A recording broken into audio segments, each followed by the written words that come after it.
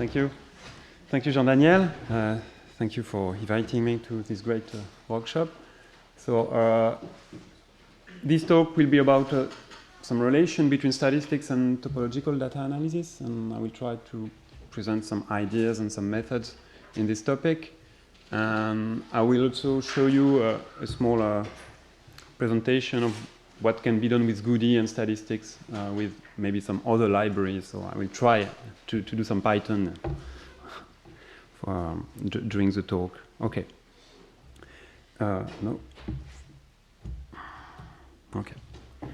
So, in a few words, what the idea, I mean in practice for using topological data analysis for analysis point cloud, the idea is that there is sometimes there is some interesting information in the geometry and the topology of point clouds, and we would like to extract this information for maybe some task in exploratory and in supervised setting when we want to predict some quantity or maybe to get some information on the structure of the data points.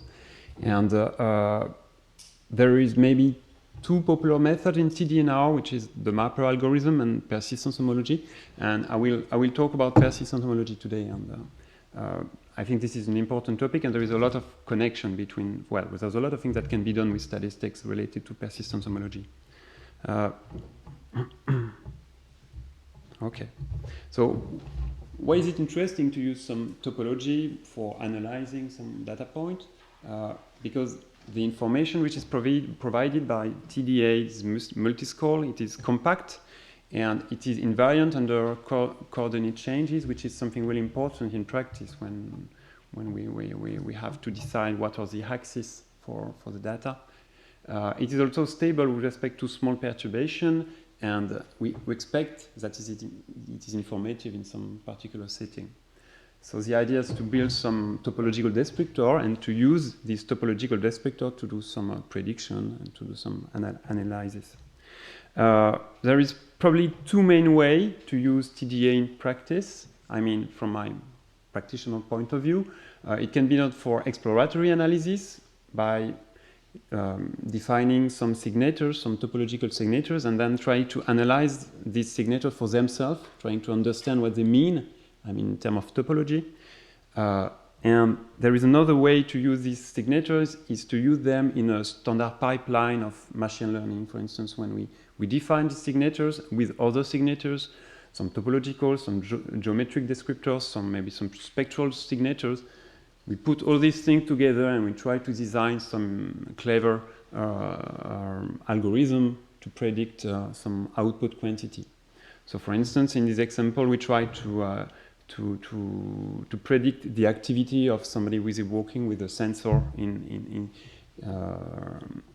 which is recorded on a cell phone, for instance.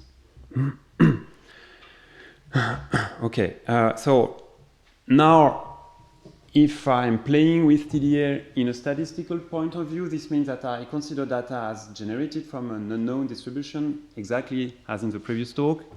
And it also means that the quantity I get from TDA corresponds to some underlying estimator of some topological object, exactly like as in the previous talk too. And so we would like to get a rigorous framework to present this idea and to get some convergence results for the convergence of the topological feature to some underlying object, for instance. This is one of the questions we would like to answer. During the last year, there's been quite a lot of work, actually, in the connection on this topic, in the connection between TDA and statistics and statistical learning. I try to give a list on maybe the main topic, but of course all the questions are not presented here, and there are also a lot of other work. But one of the main questions is related to the consistency and the convergence of these TDA methods. Another important question is to propose some confidence region for TDA methods, which is something really important in practice. Another interesting question is to define some notion of central tendency for persistence homology. What is the mean behavior for persistence homology? what is a mean of a persistent diagram, for instance, of a family of persistent diagram. It's also important to propose some robust method for TDA, because in practice, TDA is not also very robust to outliers or to this kind of problem. There's also a lot of work on about the representation of persistence, because to plug some standard and classical supervised methods in machine learning, it's really more easy to do it in Euclidean space. So there's a lot of work to transform the topological feature and to put them in a Euclidean space to just then to do some standard machine learning algorithm. There's also a lot of work to develop kernels for topological descriptor now, and also some work on the analysis of mapper from a statistical point of view. Okay. So now, very quickly, because it's a topic for itself, and this is not the main part of my talk, but I will just remind you the idea of homology inference and persistence homology inference, and then I will put some statistics on these things. So, if I try to recover some topological information on a shape, and if I want to give some results for this kind of problem, I need some notion of regularity, as for probably most problem in mathematics. So there's quite a lot of notions of regularity in geometry inference. Maybe one of the most popular is the notion of reach, which is really related to what you talked just before in your talk. This notion of bottleneck problem between two clusters, and this notion of reach has been defined by Federer, and it's a nice way to control the way in the same time the curvature of the shape and the way the shape is organized and does not intersect at some point. So this notion of reach here is here to control this kind of problem, probably exactly. Well, there is some strong connection, I think, with the definition you used in the previous talk. Okay, so just to give you an idea of the kind of results we are interested in here, this is a result from Frédéric Chazal and André Letier. Here, the idea is just to show you that there is some strong connection with a topic in statistics, which is estimation of support, which is not really surprising. In these results here, we see that under some regularity assumption, which is related to what I presented just before in the previous slide, what's happening is that there is some, well, let's say that it is possible to infer some topological information if the two shapes are not too bad. Let's say they are regular enough, and if they are close enough. The distance here is the Hausdorff distance between the two shapes, which means that from a statistical point of view, the connection here is that if I'm able to estimate the support of a shape for the Hausdorff metric, I will be able to give some statistical results for the homotopy inference directly from what is known about support estimation for the Hausdorff metric. So here there is a quite natural connection between a topic in statistics, which is support estimation under Hausdorff metric, and homotopy inference, for instance. The thing is that homotopy is not easy, of course, to compute in practice, and something which is more easy to deal with in practice is singular homology. Singular homology here, I would just say that it provides an algebraic description of walls in a geometric shape, and we are specifically interested here in the Betti number, which gives the rank of the homology group. And just again to show the idea of how to connect some statistics with topological inference. Here, these results from Nyogi, Smell, and Van Berger show that it is possible to infer the Betti number on a Riemannian manifold with positive reach with high probability. So this was probably the first result that connect some probabilistic results with geometry and topology inference. And in some sense, it was quite important for the field, because it was probably the first attempt to do these two things at the same time, to put some probability and some statistics, let's say some statistics for homology and yes, for homology inference in this case. The thing is that homology inference in practice, doing some homology inference is not so easy, and there is some problem of stability, and it is easier to do to infer some notion of persistent homology, which actually consists in tracking the evolution of topology along a filtration of simplicial complexes or along a filtration. And this gives you multi-school information and some more stable and more robust information. So this is what I'm more specifically interested in this talk. So the idea is to track the evolution of some topological feature along the filtration. Here, in this case, assume that we have some point cloud, and we look at how the topological feature evolve along this filtration. And in what is called a persistent diagram, we represent the date of birth and the date of death of this topological feature. So in this context here, there is, of course, a wall inside the circle that appears at some point and disappears at some point along the filtration. So this is typically the kind of thing we are interested in and we would like to infer.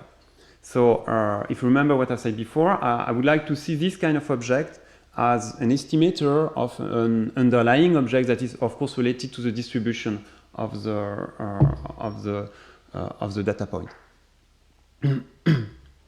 So if we do, well, of course, if you want to do some statistics and some analysis with persistent diagram, we need some metric on the top of this persistent diagram. There is a notion of distance between persistent diagram, which is nice because it provides some stability. So this distance here is the bottleneck distance, which is a matching distance. The idea is to measure the cost of moving from one diagram to the other, and to take this cost as this minimal cost as the definition of the metric. And something which is really interesting is that this metric provides you some stability of the constructions. They say that if you have two shapes which are close for the Hausdorff distance, then the two persistent diagrams that are derived from this construction will be close together. So this means that if you want to analyze the convergence of a persistent diagram to an underlying object, it is possible to analyze these things simply directly in the sampling space by using this kind of stability. So, okay, now we'll try to do some statistics with persistence homology. So this is the picture, the idea of the framework.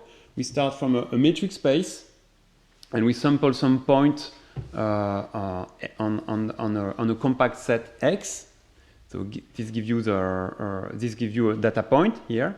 From this data point, you define a filtration, a simplicial filtration. This filtration is, of course, a random object. It can be seen as an estimator. From this filtration, we define a persistent diagram, and this persistent diagram here we would like to see it as an estimator of an underlying object. So what's happening is here that it is also possible to define a filtration for the continuous object and a persistent diagram for this continuous object too.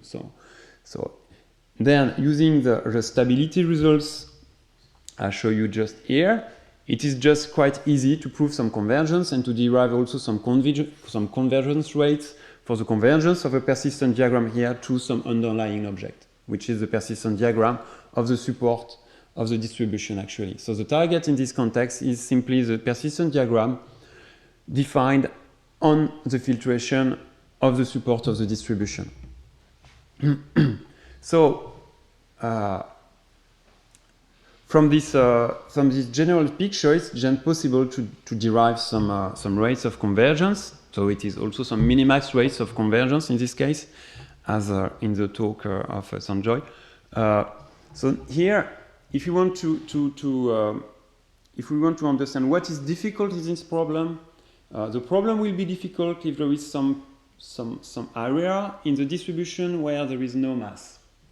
So we need to control the minimal amount of mass on the support of the distribution. So this is actually a quite standard problem in support estimation, and there have been quite a lot of propositions. And probably the most popular way to control this, the minimal quantity of mass on the distribution is this notion of A/B standard assumption that was proposed, for instance, by Tsebakov in the past.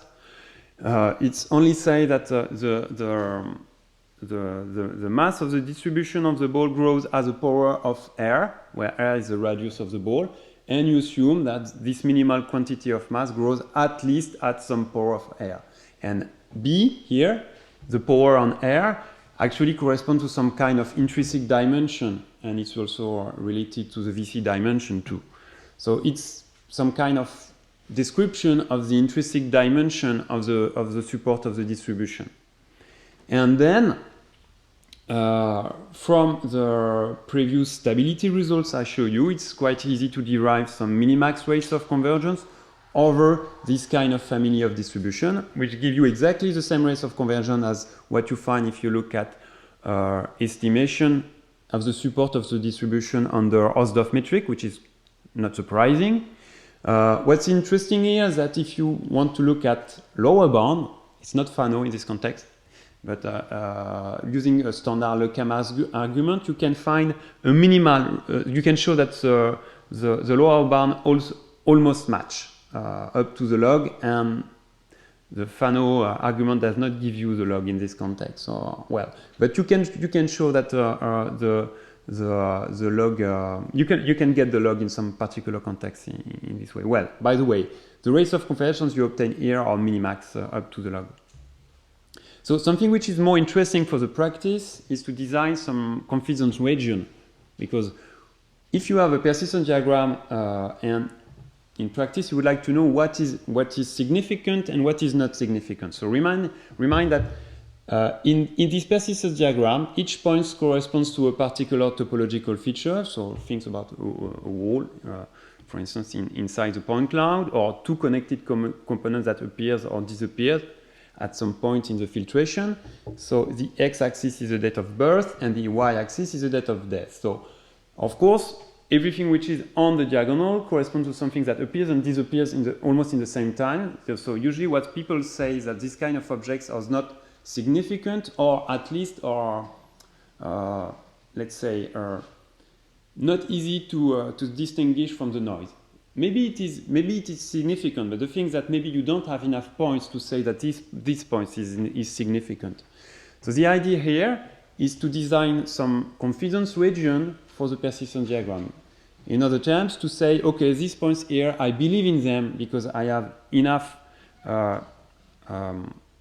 points, enough confidence on what I have estimated here. So, and this is really important because we would like to say, we would like to be sure of what is estimated in this context. So this is work from a Fazy and co-author from CMU when they did this work, where they use a lot of subsampling and bootstrap strategy to design some confidence region for persistence diagram. And at the end, what you obtain is this kind of band that says that what is in the band is not easy to distinguish from noise. So and what is up to the band corresponds to some significant signal. And this is really important for practitioners to have this kind of information. So in this context, we cannot really directly use some bootstrap. We use some they use some subsampling strategy, but well, maybe I will go fast on this idea because this is not what I want to develop here. But really, the idea is to look at the variability of the objects. The idea is to subsample inside the initial point cloud and to look at what's happening in the variation. And you catch this variation by doing this subsampling project.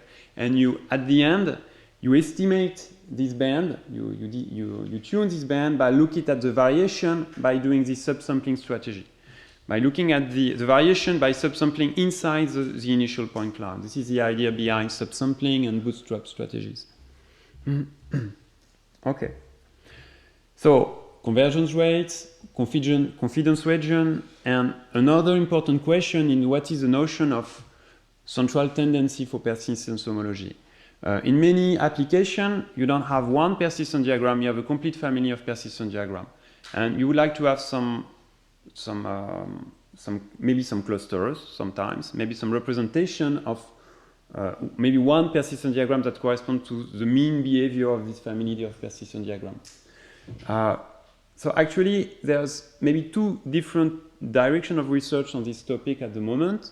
The first way to do this is to look at the notion of Reche mean, which corresponds to a rigorous notion of means in metric spaces like this one, because it has the correct mathematical properties to define this notion of Reche mean. But the thing that in practice, computing this Reche means is really not obvious. And so it gives you a nice notion of mean from a mathematical point of view, but there is some really difficult problem for computing this Reche mean, and usually it is not unique, so which is not something really nice for the practice. Another direction of research is to put all these topological descriptors in a linear space, in a Euclidean space, and then to compute some mean in this Euclidean space where there is no any more problem to compute some mean. So this is the alternative that has been proposed by Bubnik, for instance, which is another way to represent this topological descriptor. So starting from a persistent diagram on the left, you define a family of piecewise constant of tenting curve on the right. And then in this space, it is a functional space. It is possible to define some notion of mean, because here doing the mean between this kind of this kind of objects is not a problem anymore. So here the idea is just to start from the persistent diagram, to define a new axis which corresponds to the diagonal, to look at this tenting function, and to define the Kmax tenting function from this family of tenting function defined from the diagonal. So what is important is that this family of curves are stable with respect to the bottleneck metric in the space of persistent diagram, and so it is also, of course, stable with respect to the other distances in the initial space, for instance.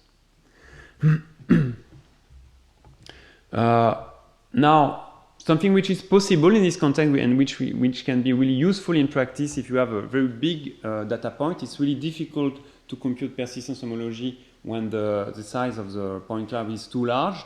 Then what can be done is to subsample inside this family of point cloud and to define this mean here, which corresponds to an average over this family of landscape. So this is a landscape here, the blue one, for instance. Then I subsample in the point cloud. I subsample by taking, for instance, m points in the initial point cloud, and I define a notion of mean with this object. And what's nice is that this object here, which corresponds to the expectation, this expectation under the landscape here are stable with respect to some Wasserstein metrics, for instance. So I'm going very fast, but the idea is just to make you understand that by putting all these objects in an Euclidean space, it is then possible to define some notion of means. And these means can be really useful for the practice because they are stable. And something which is really important, they are also discriminative in practice.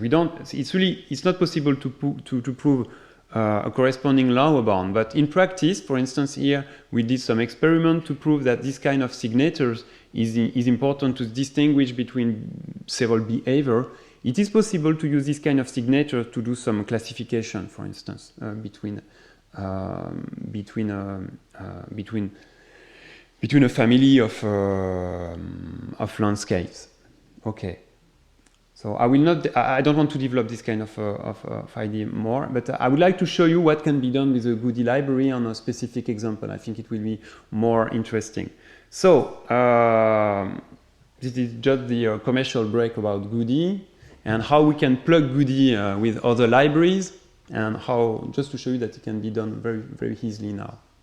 So I'm on the right part of the diagram on the Cython and Python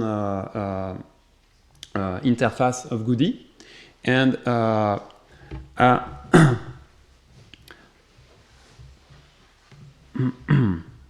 okay.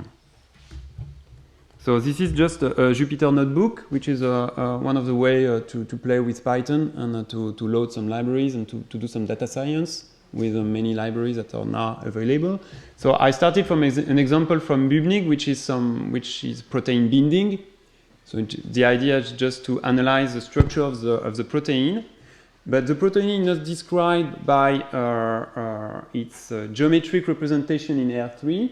The protein is represented by a correlation matrix that describes the dynamics between residues defined on the protein. Okay, so each protein is represented by a correlation matrix that is supposed to represent the general structure of the protein itself. So one protein gives you one correlation matrix that represents the dynamic of the protein. From this correlation matrix, I can define a dissimilarity. Let's say a metric. I'm not sure it is a metric, but I will say that this is a metric in this case. So now, if I have a metric, I can define a Rips filtration from this metric. And then I can compute Rips filtration from this metric. I can compute persistence homology and play with this persistence homology. Okay, so I just import the library I need, so NumPy, Goody, Panda, Seaborn, Matplotlib, scikit-learn or standard libraries for Python. Okay, I load the data I need to do this. Okay, this is just the correlation matrix. Each of these files corresponds to a correlation matrix. I have 14 correlation matrix. From this correlation matrix, I define a distance matrix for each one. So this gives me a family of distances. So each family of matrix of distances corresponds to some kind of metric space. And I just check that, okay, I have these distances in here. This is an example of a matrix of distances, one of the 14 distances. Okay, so I compute the Rips filtration for the first matrix of distances. Okay, it's done. Now I compute the persistence along the simplex tree, and I can plot it to visualize the topological feature. Here it is. Okay, so the red one corresponds to the homology of degree 0, and the green one to the homology of degree 1. Okay, and I can also from this formation I would like to have an idea of what's insignificant in this context. What is significant in this topological feature? So I just here, all these things will be quite soon completely automatic, but now for the moment I have to do my bootstrap at hand. So this is just a few lines to do the bootstrap, okay? And I can add, so at the end I found the length of the band that I had to represent on the diagram, and it gives me this kind of information. So okay, so these bands here corresponds to what is lost in the noise, and what is up on the band corresponds to significant information. Okay. Okay, so this is an example of what can be done now. Now I can. Okay, so I have 14 distances, 14 matrix of distances, so 14 persistent diagram. So I compute all the persistent diagram, and now I compute the matrix of bottleneck distance between the 14 objects. So this gives me a matrix of 14 by 14. Okay, so it takes a little of time, so I have already computed it for you.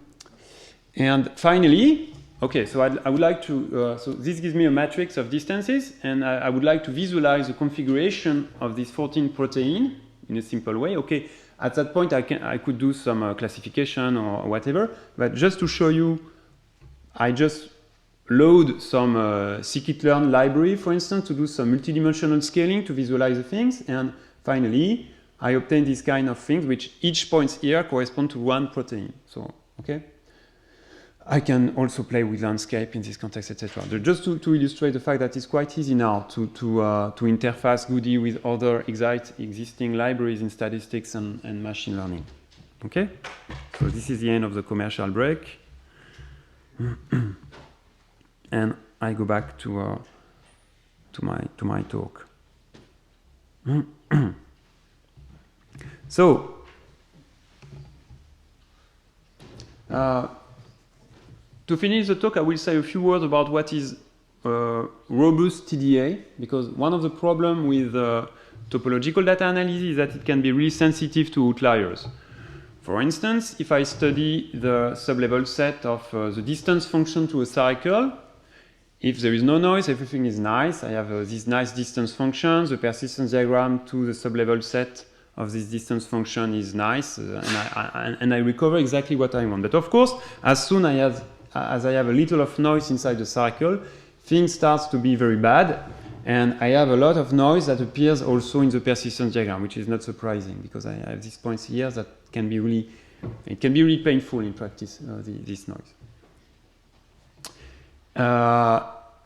Well, to analyze this kind of situations, there are different noise models that has been proposed in the literature. For instance, you can suppose there is some additive noise model, and if you know the structure of the noise, then it is possible to do some deconvolution, but usually you don't. It's really difficult. So there is still a lot of work on this topic in statistics, but estimating the noise distribution is really not easy. And then doing the deconvolution with an estimated noise is, well, it's possible, but it's quite difficult in practice. You can assume that there is some clutter noise, that's some kind of some uniform noise added to the structure, and you can also have some few outliers. So in practice, it's really difficult to have one general statistical model for the noise, and usually you don't know what is the distribution. What's the distribution of the noise you have on the data? And one idea that has been proposed by some guys that are here today, so Frédéric Chazal, David Cohensteiner, and Quentin Mirigot, is to, instead of looking at the distance to the object, is to look at the distance to the measure, to take into account the portion of mass. And this notion of distance to measure makes TDA methods much more robust, actually. So the idea is the following. Starting from a point X, you look at the support of the distribution, the support of P here, and instead of looking at the minimal distance to the support of P, you would like to you require a minimal amount of mass for looking at this distance. You don't want to take the closest point. You want to catch a minimal portion of mass. So you consider actually what is actually in statistics a quantile function of the distance from a point to the random variable, and and what you're doing is that you integrate the minimal distance you need to catch a portion of mass. So this is the delta pu is a quantile function at u of the random variable, which is the distance from the point, the observation point x, to the random variable big X. But instead of taking directly this quantile function from some regularity or problem, you need to integrate this quantity here. And finally, you get this distance function, which is the distance to the measure.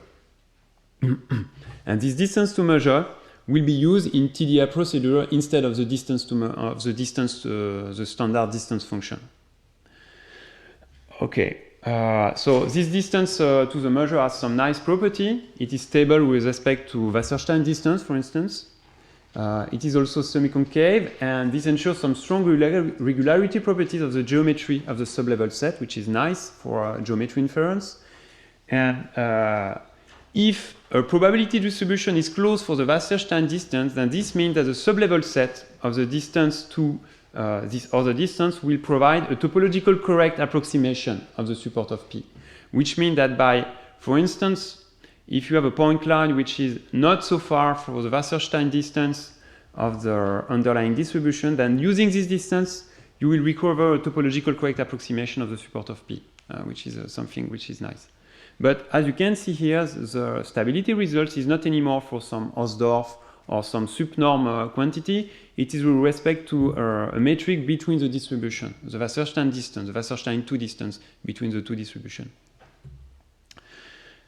In practice, of course, we don't play with the true underlying distribution. We only have point cloud, and we have the empirical distribution. And we can compute the distance to the empirical distribution in a quite direct way, because it is nothing more than looking at the nearest neighbor to the observation point. So from an observation point X, you look at the closest neighbor in the point cloud to X, and you average the distance between the observation point and the closest neighbor in the point cloud. And of course, you have to choose the number of neighbors you take in this quantity here. So in the distance to measure, there is always this parameter that corresponds to the portion of mass you require to define the distance to measure. Okay. So something which is nice. Okay, I think I will skip this and I will go to the last part.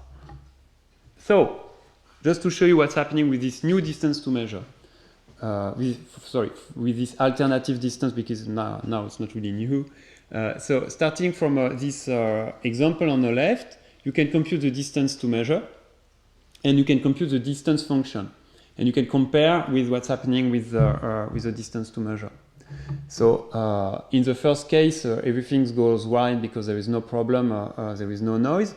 But as soon as you add noise, what's happening is that the distance function will be perturbed by the noise, and you will have some problem to recover the correct topological feature. But on the last lines, if you use the distance to measure in this context, the less distance to measure is much less sensitive to the outlier, and the distance to measure will be able to recover the correct topological feature that corresponds to the Cassini curve.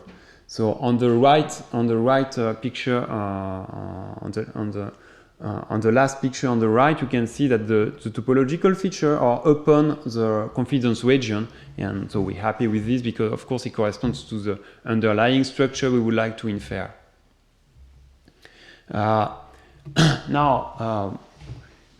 So what's happening is that if you start from a point cloud, you can, of course, so this is a general picture for doing some TDA with the distance to measure. Starting from a point cloud, we can define a distance to measure to this point to the empirical measure. This gives you a persistence diagram, and according to the two stability results, the stability results from bottleneck to the subnorm, which coming, for instance, from Cohensteiner and co-author, and then the stability result of the DTM, from the stability for the subnorm of the distance to measure for the Wasserstein distance. This means that this construction is stable with respect to the Wasserstein distance. This construction, I mean, the persistence diagram defined on the distance to measure are stable with respect to the Wasserstein distance between the two distributions. So now we would like to understand what's happening with this distance to measure, and we would like to control the convergence. And using, for instance, this inequality, it is possible to derive also some rates of convergence and to understand what's happening for the convergence of these objects. Something which is really important is that the distance to measure can be rewriting as an integration over a quantile function. So I will not go further into the details, but starting from this observation, it is possible to analyze the convergence of the distance to measure. I mean the convergence of the distance to the empirical measure to the distance to the underlying object. And starting from its observation, it is possible to analyze the asymptotic of this object and the non-asymptotic, and to give also some non-asymptotic results for this quantity of interest, which is the square distance of the distance to the empirical measure minus the square distance to the underlying distribution. And something which is quite important here is that actually we do not use Wasserstein stability, because Wasserstein, well, it is quite known in probability now. Well, there's quite a lot of work recently about the rates of convergence in Wasserstein, for Wasserstein metric, but these rates of convergence are not sufficient to obtain the correct rates of convergence for the convergence of the distance to the empirical measure. So actually we do it directly by analyzing the quantile process. And maybe to finish, I will just show you how to play with Bootstrap in this context. And there is actually two different ways to do some Bootstrap for the distance to measure. So let's start with directly bootstrapping the distance to measure. So what's the idea behind Bootstrap? So assume that you subsample under a distribution P, and so you obtain an empirical distribution Pn, and you can play exactly the same game by subsampling inside the empirical measure. So this gives you the bootstrap measure, which is nothing more than subsampling endpoints inside the empirical measure. And what's happening is that in the good cases, the variation between P and Pn can be compared to the variation between Pn and P star n. And this is some kind of magical results of Bootstrap that allow you to estimate the variability between P and Pn by only subsampling inside Pn. And this is something we use a lot in statistics when it is possible, or sometimes we use some sample, as I presented before, when it is not possible to do Bootstrap, but this is really the main idea of this technique. And what's happening is that instead of playing with P, you are computing some functional on the top of P.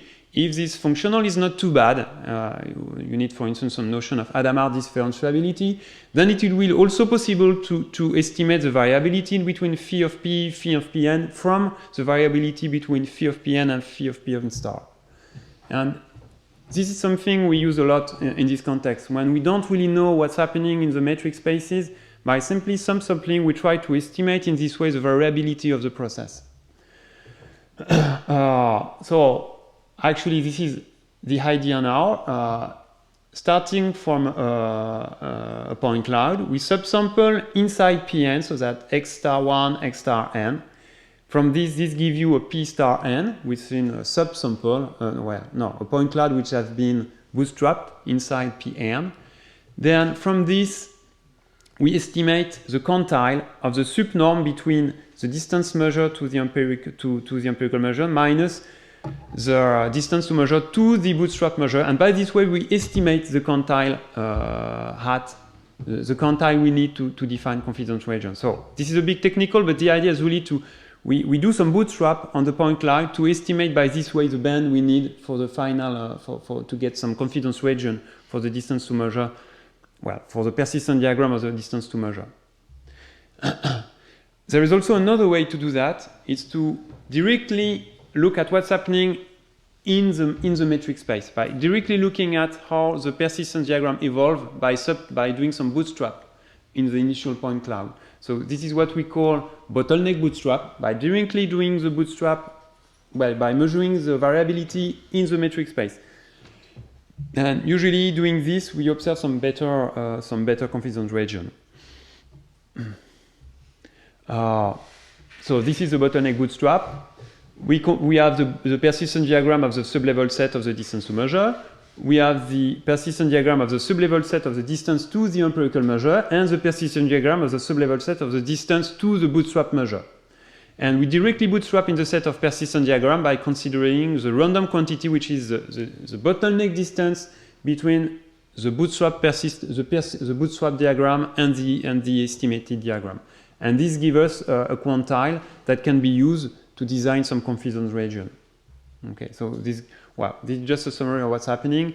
By directly doing the bootstrap in the first way, usually we get some larger confidence, some larger band than by doing it directly on the space of the persistence diagram. And the reason is that usually the stability result is not tiny enough to get a very good